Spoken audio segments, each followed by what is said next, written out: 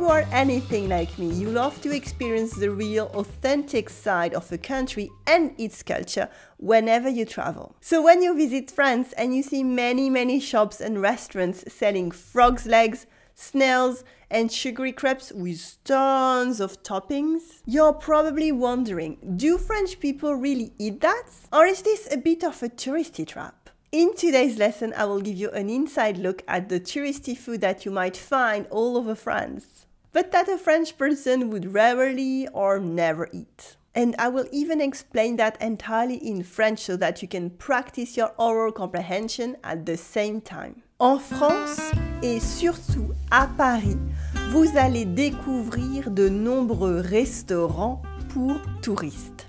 Dans les quartiers les plus fréquentés, certains établissements adaptent leur menu pour cette clientèle. Et pas seulement en les traduisant en 5 langues. Non, les plats eux-mêmes peuvent être conçus pour proposer des recettes typiquement françaises, auxquelles la plupart des Français n'ont jamais goûté. Par exemple, les cuisses de grenouille. C'est un plat célèbre, assez emblématique de la cuisine française.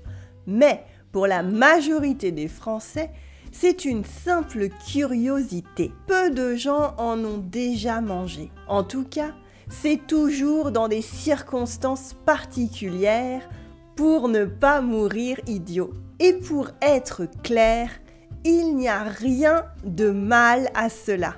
Vous aussi, vous pouvez profiter de votre voyage en France pour goûter les recettes étranges du pays.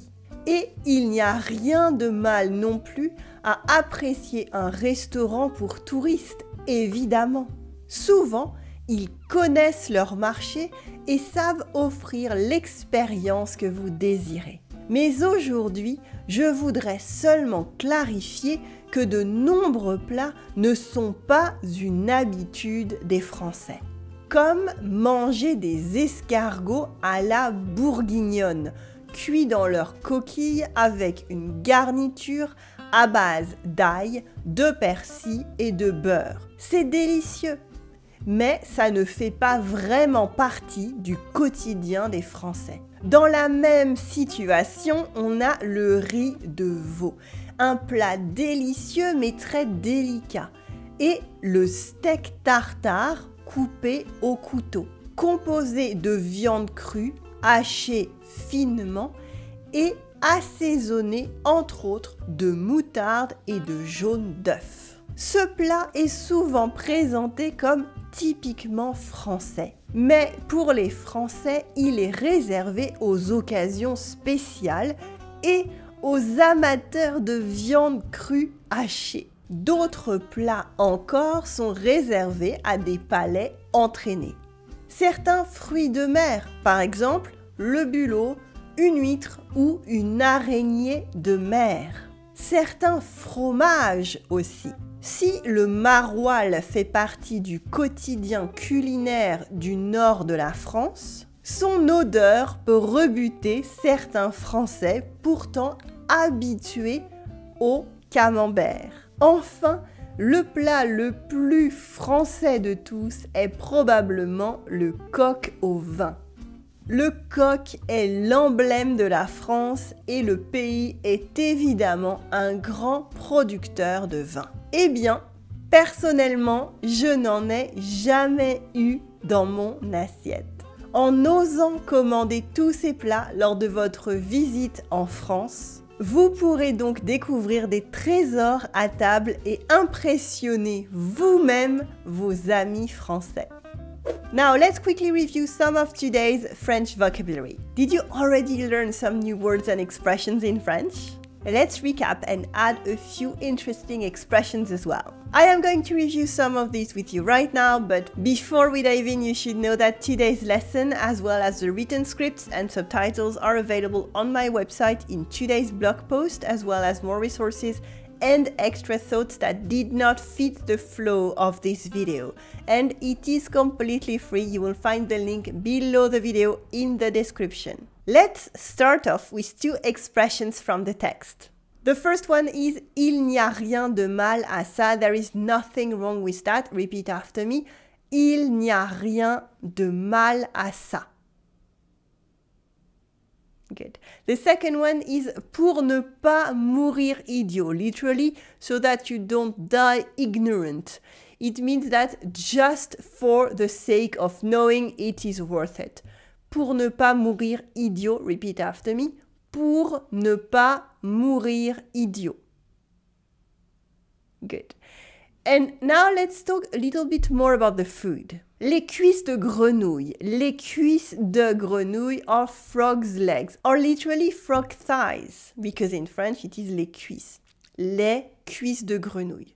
Une jambe is a leg in French. Une jambe. Une cuisse is a thigh. And une grenouille is a frog, of course. Une grenouille with this funny ouille sound at the end. Grenouille, grenouille. Then we also have un escargot de Bourgogne. It is a type of snail from Burgundy.